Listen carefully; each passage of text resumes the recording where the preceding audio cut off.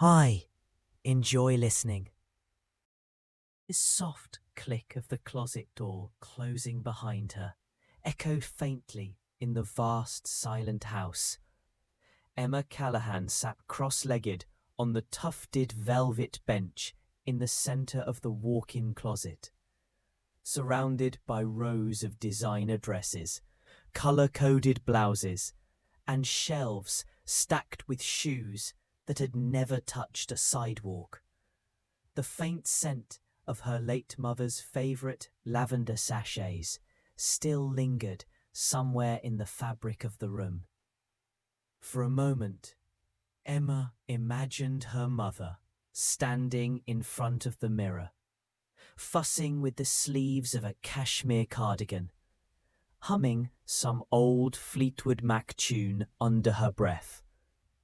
But that was years ago, and Emma wasn't that little girl anymore.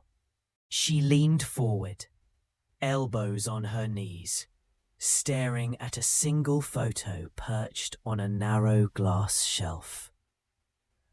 Her mother was smiling in it, warm, genuine, untouched by the sadness that later crept into her features during the final months of her illness. Emma's fingers trembled slightly as she reached for it. Every time she looked at her mother's face, it pulled her into a memory, one that comforted and crushed her all at once. She couldn't remember her voice clearly anymore. That realization had hit her a few days ago while scrolling through an old voicemail, hoping for a trace of sound. But all that remained was static. The ache in her chest had grown more familiar with time, but not any softer. After her mother's death, things in the Callahan house changed quickly. Her father, William Callahan, had always been a man of movement, deals to close, flights to catch, people to impress. When grief caught up with him, he didn't fall apart. He filled the empty space, and it came in the form of Marla. Marla was everything Emma's mother wasn't. Icy, calculated, polished like a showroom mannequin. Emma, still in high school at the time, tried to be open. She knew her father was grieving too. She told herself to give this new woman a chance.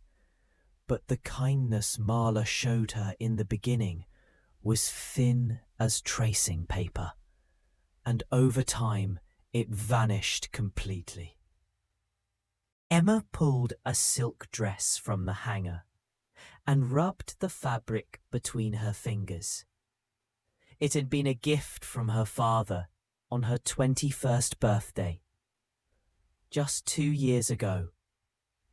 He'd still been alive, still smiled with his whole face, still reminded her of how proud her mother would have been. Back then, things had felt okay, even if just briefly, until his heart betrayed him. He died suddenly, without warning. 1 minute, he was running a company and making real estate investments. The next, he was gone. And just like that, Marla inherited a house, an office with a corner view, and a daughter in name only. But not the money, not the shares. William had made sure of that. At least that's what Emma believed. After his death, Marla hadn't cried. She hadn't stumbled into the hallway clutching a tissue, or begged for space to grieve. No, she wore black like it was Chanel runway, and took control like she was entitled to it. Emma had tried to play it civil, knowing the will would be read in a few weeks. Her father had told her everything was arranged, that her future was secured. But now, things felt off. Marla's demeanor grew sharper. She made veiled comments about Emma needing to contribute more. She began spending more time at the office, sitting in on meetings she had no business attending. And then came Kyle, a new hire, handsome, confident, too confident, and far too interested in Emma for someone who had never so much as glanced her way before. Emma leaned back on the bench, her gaze drifting upward toward the crystal chandelier that cast faint sparkles over the closet's cream walls. She felt like she was watching her life through thick glass, able to see it unfolding, but powerless to stop it. The people around her wore masks she could no longer decode, and the only person she could truly trust was gone. No, not true. There was still one person. She thought of the quiet man with worn-out sneakers who emptied the trash cans at the office each night. He didn't talk much, barely looked up when she passed him in the hallway, but there was something gentle in his eyes, something real.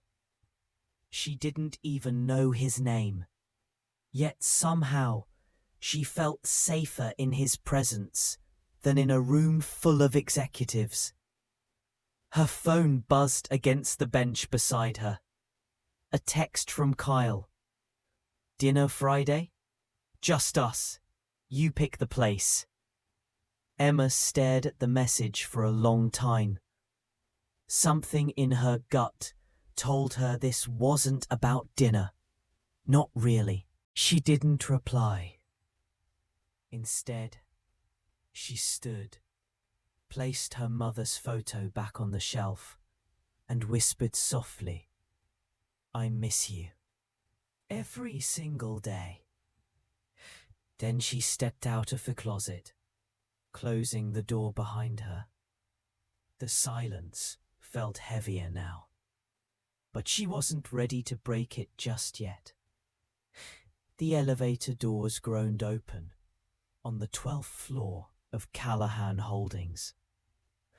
Logan Rivera stepped out, mop bucket in tow, shoulders squared, beneath a faded grey hoodie. The world inside these glass walls smelled of polished wood, espresso, and money, an air he had never quite learned to breathe comfortably. He kept his head down, earbuds tucked into his pocket, and started his shift in silence. The corporate world wasn't unfamiliar to him. Not because he'd ever been part of it, but because he'd spent years on the outside looking in. Looking in through courthouse windows, prison yard fences, job rejection emails. He knew what these people saw when they looked at him. A guy with rough hands, a quiet stare, and a past that made them uncomfortable. But Logan didn't need their approval. He just needed a paycheck. At 29, he had already lived enough life to wear out someone twice his age. His mother's worsening illness weighed heavily on his shoulders. The medical bills stacked higher than his bank account. But she was the only family he had, and she had waited long enough for her son to come back to her with dignity. And so here he was, janitorial contractor, late night shifts, no questions asked. It was better than the alternative. As he wheeled his cart past the gleaming glass conference rooms and floor-to-ceiling windows, he caught a glimpse of her. Emma Callahan. She stood by the coffee machine, her honey-blonde hair pulled into a low knot, sleeves rolled up over her wrists. She didn't notice him. She rarely did. To Logan, she looked like someone cut from a different world, elegant, composed, and strangely melancholy. Most people in this building walked like they were racing time, barking orders into their phones, laughing too loud in places where silence should live. But Emma walked differently. Her movements were softer, unhurried, as if she were trying to hold something fragile inside her from shattering. She fascinated him, not in a way he could explain, and certainly not in a way he allowed himself to imagine. But still, he watched her sometimes, quietly, from a distance. As he scrubbed the break room counter, he listened. People talked when they thought no one important was around. Laughter, complaints, gossip. And lately whispers about someone new in the office. Kyle Maddox. Logan had seen him. Sharp dresser, Rolex flash, too smooth for his own good. The guy had a presence that begged for attention, and it annoyed Logan more than he liked to admit. "He's taking her out Friday," one of the assistants giggled behind him, not realizing he was still within earshot. "Think he's really into her? Or is he just aiming for the company credit cards?" The other woman snorted. "Honey, if I had a chance with the Callahan fortune, I'd pretend to love her too." Logan's sponge slowed in his hand. That night, when he got home, he found his mother asleep on the couch, a thin Afghan pulled over her frail body. The TV still buzzed with static. He turned it off, sat beside her. And Emma Callahan wasn't his problem. He wasn't anyone's savior. But something about the way the women had laughed, something about Kyle's smugness, twisted in his chest. He'd been around people like Kyle before. Men who talked fast, smiled wide, and stabbed you the second you turned around. Logan had met enough of them to recognize the scent, and something didn't feel right. The next day, Logan was emptying a trash bin in the hallway outside the accounting offices when Emma walked past him. Her heels clicked softly against the tile. She wore a navy blue dress and carried a folder tucked under one arm. Just as she passed, a paper slipped from it and fluttered to the floor. Logan stooped to pick it up. "Miss Callahan?" he called quietly, holding out the page. She turned, slightly startled. "Oh, thank you." Her voice was softer than he expected, unpolished, real. Their fingers touched briefly as she took the paper, and for a split second, her eyes locked with his. Hazel, framed by a hint of sadness. "You're Logan, right?" she asked, surprising them both. He blinked. "Yeah, I've seen you around. You're always here late." He shrugged. "Guess we both are." A ghost of a smile passed across her face. before she nodded and walked away. Logan watched her go, trying not to feel anything. She was the CEO's daughter.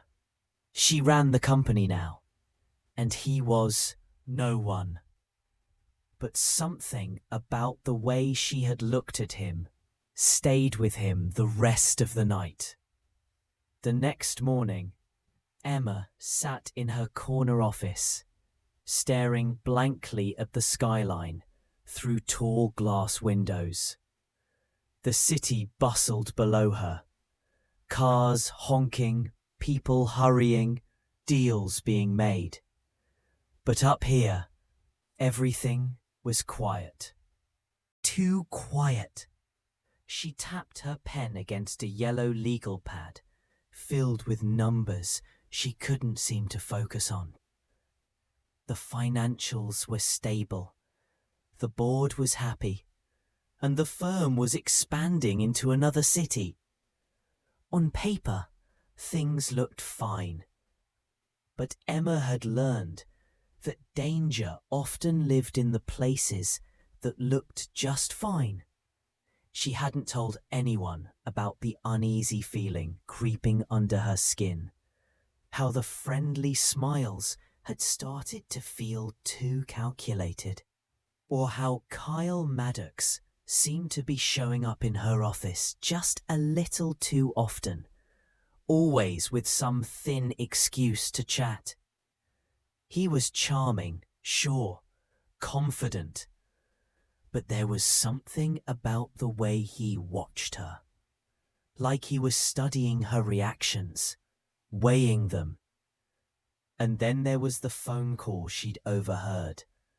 Late one evening, after a late meeting with legal, she'd passed by one of the empty boardrooms and heard Kyle's voice. At first, it had just been background noise, but then she heard her name. "She's not suspicious yet," he'd said, low and cocky. "It's just a matter of time. Marla wants it cleaned up before the end of the quarter." Emma had stopped walking. The door was slightly ajar. Inside, Kyle had been alone, pacing near the window, holding his phone to his ear. "Don't worry. I know how to handle it. She's soft. She's sentimental. It won't be hard." The sound of her name and her stepmother's in the same sentence had made her stomach flip. She didn't confront him. Not yet. She needed more. Emma had learned from watching her father. Never accuse without proof. Never react without strategy. So she started watching. Across the hall, Logan was emptying the recycling bins near marketing when he noticed Emma again. She wasn't looking at him this time, but she looked tense, focused. She had that same folded expression on her face that his mother used to get when the hospital called with bad news, but she didn't want him to see her cry. He kept his distance, but he noticed things others didn't.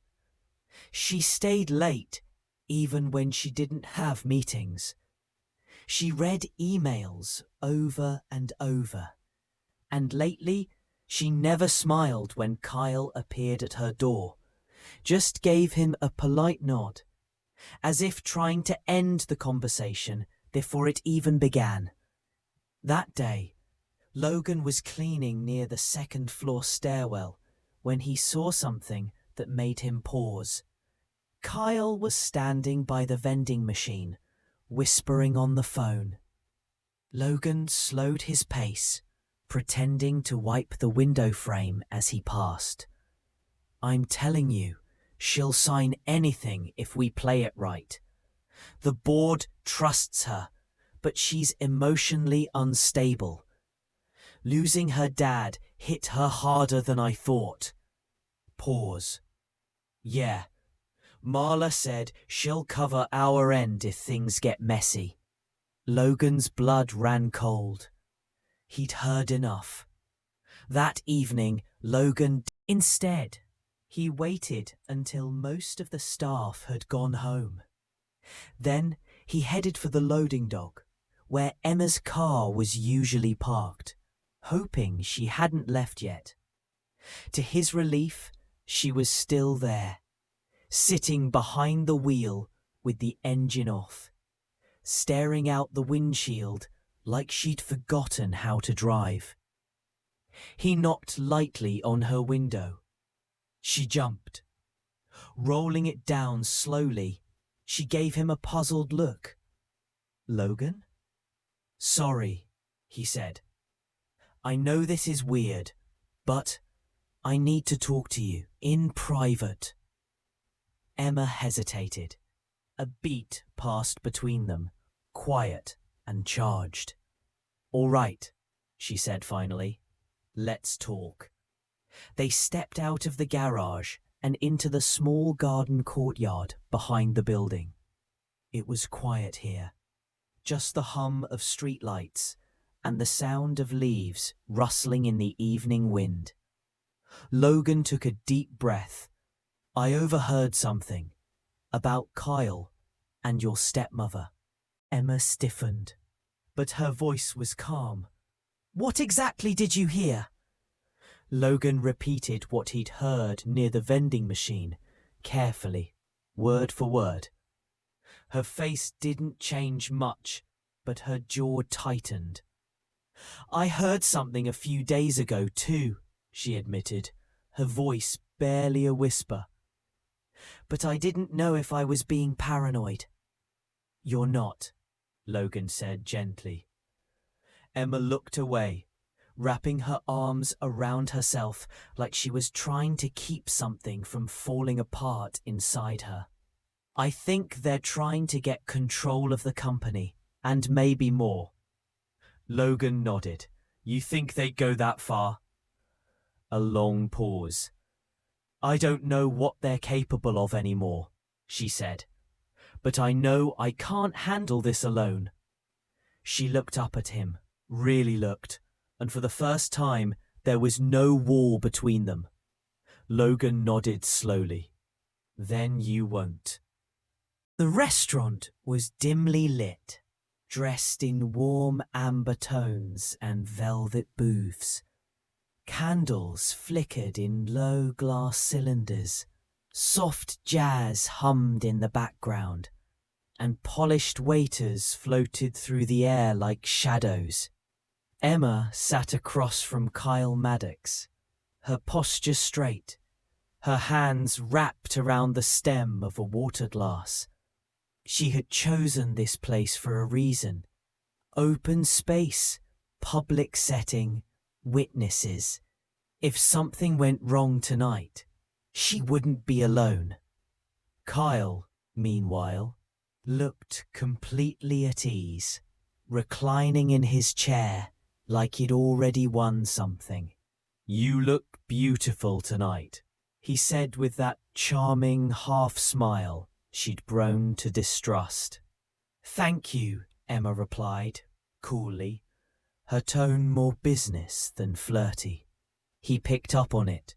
His smile faltered for a split second before he leaned in slightly. "You've been distant lately." "I've been busy," she said. "You know how the fourth quarter gets." "Sure, but I think there's something else." He tilted his head. "You don't trust me, do you?" Emma blinked, surprised by his forwardness. "Should I?" she asked, letting the question linger like smoke. Kyle chuckled, but it didn't quite reach his eyes. "I'm on your side, Emma. You're under pressure, I get it. Running a company this size, it's not easy." "No, it's not." She reached into her purse and pulled out a folded sheet of paper. Which is why I've been thinking about the proposal. There it was. The manipulation, dressed up as motivation. Emma didn't flinch. And you? What do you get? He smirked. A win. But Emma wasn't listening to his words anymore. She was watching his face, reading every twitch, every micro-expression. Logan's warning played on a loop in her head, along with her own memory of that overheard phone call. She was almost sure Kyle's confidence didn't come from the merger. It came from thinking the chessboard was already in his favor. Later that night, Emma pulled into her driveway and sat in the car, staring out at the house that had once felt like a home. The windows were dark. Marla was out again, most likely at one of her charity events or private meetings she never discussed. Emma had lived with the woman for nearly 10 years and still didn't know who she truly was. That terrified her more than she wanted to admit. Inside, she kicked off her heels and padded barefoot into her father's old office. The room still smelled like cedarwood and cologne. The books on the shelf were untouched, the desk perfectly organized, the photo of her and her dad still perched in the corner. She stared at the family portrait for a long time. Her mother had been gone 5 years. Her father, just 5 months. And now it felt like their whole legacy hung on a thread, and she was the only one holding it. Emma sat down and opened her laptop. A few clicks, a few passwords, and she accessed the company documents. She scanned through board voting records, merger drafts, and internal memos. Her eyes narrowed when she found one labeled Trust Adjustment Proposal, Maddox. She opened it. The proposal was bold, too bold. If signed, it would shift a large portion of control over to Kyle under the guise of structural support. It had been written and reviewed by Marla's legal contacts. Emma's pulse quickened. She picked up her phone and called Logan. Logan answered after one ring. Everything all right? No, Emma said quietly. But I think I just found what we need. They met an hour later in the back lot of a diner on the edge of town, where no one knew their names. Emma showed him the document on her laptop screen. Logan's jaw tensed as he read it. Looks like they're not just after your trust fund, he muttered. They're after your authority. Emma nodded. They want to replace me, quietly, with paperwork and loopholes. Logan looked at her. You need to go to the board. I can't, not yet. You've done this before, she asked. He gave a quiet, tired smile. Not exactly, but I know how people like them think. I used to work with guys like Kyle. I used to be one. Emma didn't press. She could see the weight of something unspoken behind his eyes. But she didn't need the details. She trusted him. Maybe more than she trusted anyone else. We'll make a plan, she said. We'll wait for the right moment, and then we pull the rug out from under them. Logan nodded, and for the first time in weeks, Emma felt something she hadn't felt in a long time. control. Logan didn't sleep much that night. Not out of fear, he was used to tension. But something about Emma's calm determination had unsettled him in a way he hadn't expected. She wasn't just trying to save a company, she was trying to survive a betrayal. And she had trusted him enough to let him in. He wasn't used to that. The next morning, he arrived at the office early, blending in with the rhythm of the building like wallpaper. That was his gift. People never noticed the janitor. He could be in the middle of a room and still invisible. That suited him just fine. Today, he had a mission. He headed straight to the executive floor and began cleaning near the corridor that led to the private conference suites. Kyle was usually in around 10. Marla often stopped by unannounced. He had seen them both act too familiar too many times. And sure enough, at 10:07 a.m., Kyle appeared, pressed grey suit, coffee in hand, phone to his ear. Logan ducked behind the tall indoor planter near the maintenance closet. He wasn't proud of this, spying, but then again, what they were planning wasn't business. It was criminal. Kyle's voice was low but sharp. No, she hasn't signed yet. She's stalling. Thinks she's clever. But Marla said, if she hesitates again, we move to plan B. A pause.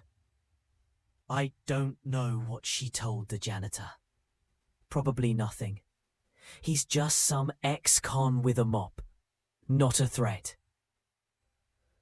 Logan's jaw tightened. If they knew about him, that meant they'd looked into him. He wasn't surprised. Kyle was too slick to overlook details. But then came something that chilled him. We'll take her out of the city this weekend, somewhere quiet. She thinks it's just a retreat, a chance to reset. Kyle chuckled. Marla said she doesn't care how it ends, as long as it's clean. The inheritance is locked until Emma's out of the picture, and the will already hidden. Logan's heart pounded. He couldn't move, not yet. If he burst out now, he'd lose the element of surprise. He waited until Kyle turned the corner and disappeared into the executive lounge. Then he stepped out, clenched fists by his sides. They were planning something real. Something final. He didn't know what Plan B was, but it was bad. He could feel it in his bones. Emma sat in her office, going over inventory reports, when Logan entered without knocking. "Close the laptop," he said, his voice low but firm. She looked up, startled. What happened? "We don't have time," he said. "They're planning something for this weekend. A trip. Some kind of setup." Emma's breath caught in her throat. "You're sure?" "I heard it myself. Kyle was on the phone, talking about getting you out of the city. Said they want it to look clean. Marla doesn't care how it ends." Emma stood, her chair rolling back behind her. "We have to go to the police." Logan shook his head. "We have words, no proof. Kyle will deny it. Marla will twist it, and they'll make you look unhinged." Emma's face went pale. She ran a hand through her hair, pacing behind her desk. "What do we do then?" Logan hesitated. What he was about to suggest went against everything he'd tried to become after prison. But this wasn't about revenge or vigilante justice. This was about saving her. We let him take you. Emma froze. What? Not really. You agree to go. Play along. Let him think you trust him. I'll be there, but out of sight. The minute he makes a move, we get the evidence. Enough to put both of them away. Emma stared at him like he'd lost his mind. That's insane! You want me to be bait? You said it yourself. You're done feeling powerless. This is how you take it back. I could die, Logan. He didn't respond right away. But when he did, his voice cracked just a little. I won't let that happen. Silence filled the room. Then Emma sat back down, eyes glassy, but jaw set. Okay, I'll go. That night, she returned home to find Marla in the kitchen, sipping red wine, like she had all the time in the world. I heard Kyle invited you to the lake house, she said casually. Emma forced a small smile. Yeah, I think I might go. Marla raised her glass. Good. You need a break. Life's been hard lately, hasn't it? Emma stared at her for a long moment. Yeah, she said. Harder than you could imagine. The lake house sat on the far edge of Willow Creek, remote, gated, and surrounded by tall pines that swallowed sound and sunlight alike. It had once been a family retreat, a place Emma's father used to bring her for quiet weekends of fishing and chess. Now it felt like something out of a Hitchcock movie. Emma stood in the foyer, her suitcase at her feet, looking around the house with careful eyes. Kyle was already in the kitchen, uncorking a bottle of wine with the practiced ease of someone who wanted the evening to feel relaxed. Still smells like cedar and lake water, Kyle said, pouring 2 glasses. Your dad had good taste. Emma forced a polite smile. He did. She didn't touch the wine. Outside, the lake shimmered under a pale sky. Inside, the silence was heavy. She knew Logan was somewhere nearby. He'd arrived 2 hours earlier and parked down the road in a borrowed pickup truck. He had walked the perimeter once, mapped every escape point, and checked the cell signal. Weak, but usable. Now he waited. Emma kept her phone close in her pocket. Volume down, vibration on. Their plan was simple. Keep Kyle talking. If he tried anything, she'd send the signal. Logan would be in the house in under a minute. What they didn't anticipate was the visitor. Back in town, Marla Ashford stood at the edge of her living room, phone pressed to her ear. Have you checked in with him? She asked the voice on the other end. There was hesitation. Then, not yet. He's not answering. Marla's jaw tensed. He knows the timeline. If she starts asking questions, this entire plan unravels. She walked over to her safe, entered the code, and retrieved a slim folder. Inside were documents that, if revealed, could destroy everything, including her. Marla wasn't the type to panic, but she hated loose ends, especially ones named Logan Weaver. She made a call. Change of plans, she said. I want eyes on the property. Now. If anything feels off, remove the problem. Quietly. At the lake, not a confession. but a sales pitch. A merger of power and manipulation. Emma stood, walking toward the window, phone tight in her hand. She could see the trees lining the path, but not Logan. "I have to admit, Kyle," she said over her shoulder, "this weekend isn't quite what I expected." Kyle stepped behind her, too close. Emma turned just enough to face him. "Tell me something. Did you ever actually like me? Or was this all about control from the beginning?" Kyle didn't deny it. Instead, he smiled. "You're asking the wrong question." Before she could move, his hand darted out, snatching her phone. He glanced at the screen. "You were recording me?" Emma took a sharp step back. "Give it back." Kyle held it out. He pulled something small from his jacket pocket. A vial. Clear liquid. Sealed cap. Emma's heart stopped. She backed away quickly. "What is that?" "Insurance," he said calmly. "Marla didn't want it to come to this, but you forced our hand." And just as he took a step forward, the front door burst open. Logan, he hit Kyle hard, once, twice, sending him crashing into the coffee table.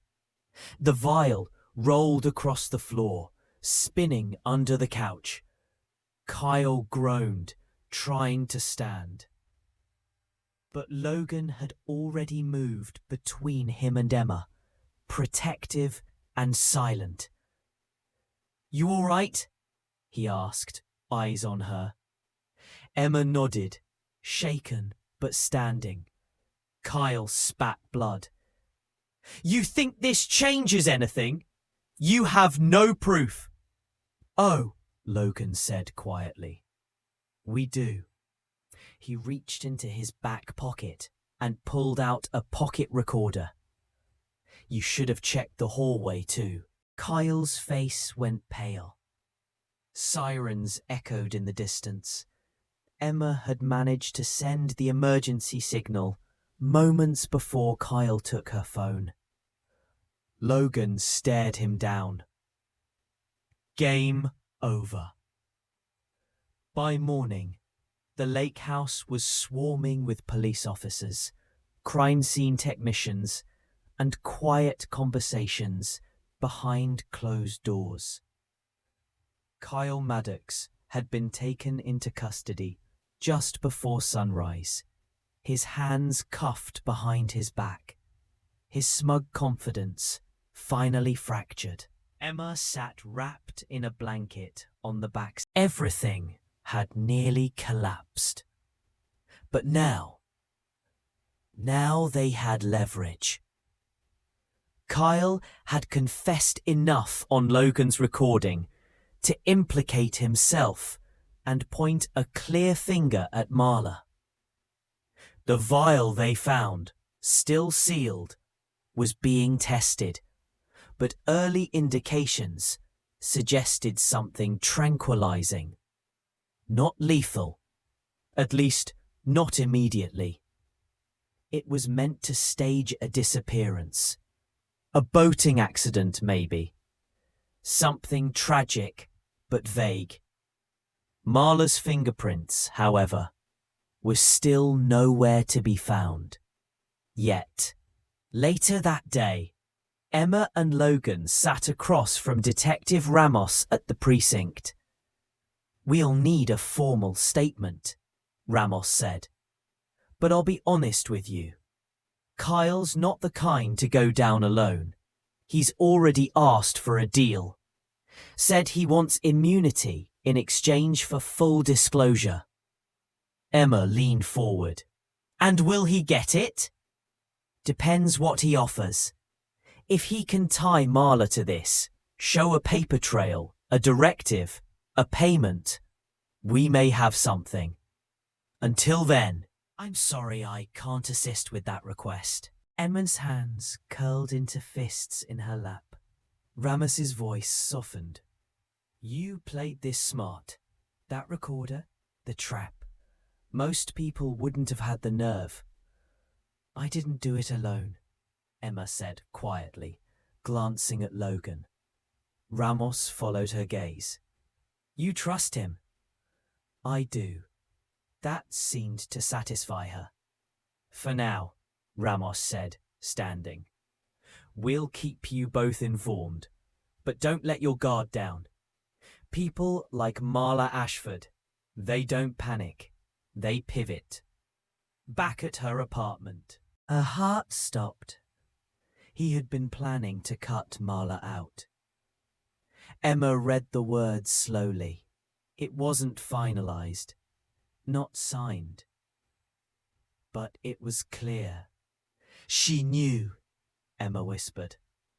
She must have found this. She knew he was going to change everything. Logan stepped forward, and she moved fast to make sure it didn't happen. Emma looked up at him. This is our piece. If we can prove she knew about this before his death, if we can show motive, we can destroy her. That night, Emma sat alone in her room, staring out the window. The city lights flickered like stars. Everything felt surreal, like the nightmare hadn't ended, just changed shape.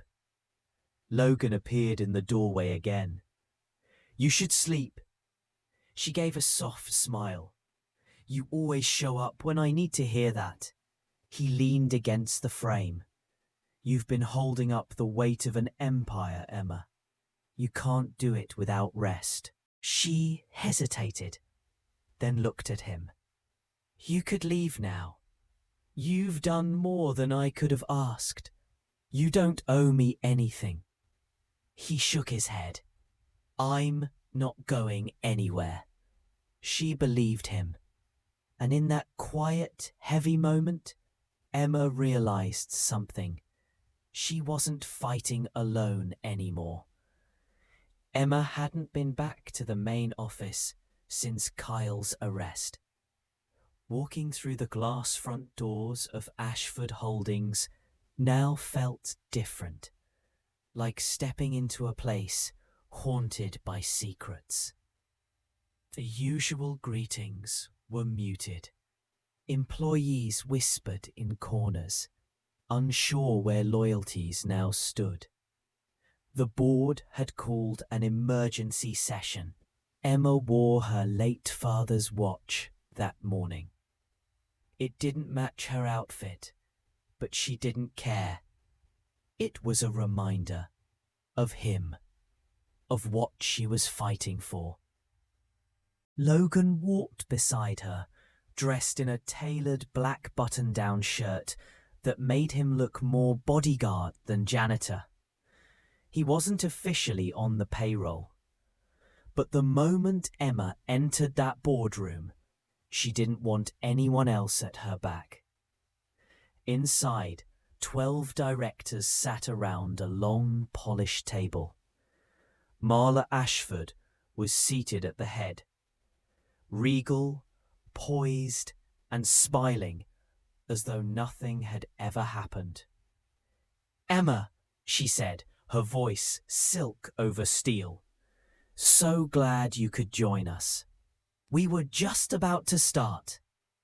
Emma took a breath and stepped forward. I'll take it from here. The meeting was civil at first. Marla gave a performance worthy of an Oscar. Grieving widow, concerned stepmother, reluctant leader.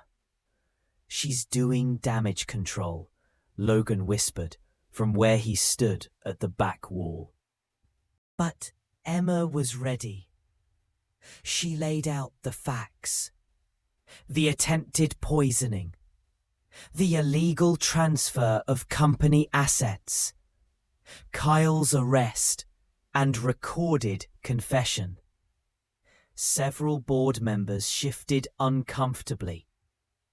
Then she produced the final blow, the unsigned amendment to her father's will.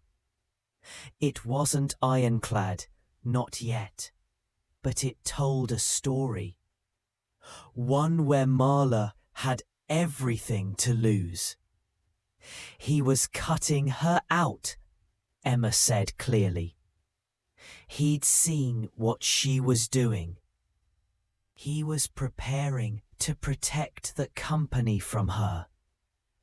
And yet it was you who refused to sign the final merger paperwork, Marla snapped, her smile finally cracking. Because I suspected you were behind the pressure campaign, behind Kyle. And now I have proof. Emma stepped forward and placed a manila envelope on the table. Inside, printed transcripts of Kyle's phone calls from jail. In one of them, he told his lawyer that Marla had called the shots from the beginning. Silence stretched across the boardroom. Then one of the directors, an older man named Gerald Stone, cleared his throat. We'll need time to review all of this, he said carefully. But for the moment, I think it's clear Miss Ashford should temporarily step away from her duties. Marla stood slowly. This is a coup, she hissed. No, Emma said, her voice calm. This is truth. Marla turned to her. You think you've won, don't you? Emma didn't blink. Not yet. That I'm not afraid of you anymore. Outside the boardroom, Emma felt like she could finally breathe. Logan followed her down the hallway, his steps quiet. You just stripped a wolf of her den, he said. Now she's going to be dangerous. Emma nodded. Let her be. The law's finally looking. She stopped at her office door and looked up at him. I couldn't have done any of this without you. You didn't need me, Logan replied. You just need... Her eyes softened. Maybe, but I still want you here. He smiled, just a little. Then I'll stay. That evening, Emma sat at her desk, staring at her father's photo. She reached for a pen and began drafting a letter to the board. A new vision, a new plan. Not just survival, growth, integrity, legacy. Outside her window, the city glowed with possibility. 3 weeks passed. In that time, Marla Ashford's empire crumbled like sand between her manicured fingers. With Kyle's full cooperation, Emma didn't gloat when the arrest warrant was issued. She simply stood on the steps of the courthouse in a charcoal grey suit, her father's watch on her wrist, and watched Marla get into the back of a black SUV in handcuffs. No press conference, no vengeance speech, just the end of a long, dark chapter. The sun rose brighter that morning. At the hospital, the air smelled of antiseptic and sunflowers. Emma had replaced the waiting room's sad fake plants with fresh bouquets from the florist downstairs. Logan had spent the last week recovering from a fractured rib and deep bruising. The night he tackled Kyle had left a bigger mark than anyone realized. But he never complained, not once. Emma visited every day, sometimes for an hour, sometimes longer. Sometimes she just sat beside his bed and read aloud from the mystery novels he liked, but would never admit to owning. On this morning, she walked into the room and saw him sitting upright, sipping orange juice and pretending it tasted better than it did. "You look awful," she said with a grin. "You look rich," he replied, smirking back. She laughed. "Well, the company's safe. The board respects me now, and I think Gerald Stone might even like me. Miracles all around." He looked at her with something softer than amusement.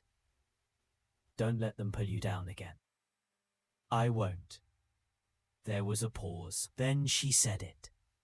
"I want you to come back with me. Not to the office, just into my life. I don't care what you were before. I care who you've been through all this." Logan blinked, the smile on his face fading into something more real. "I don't belong in your world, Emma." She stepped closer.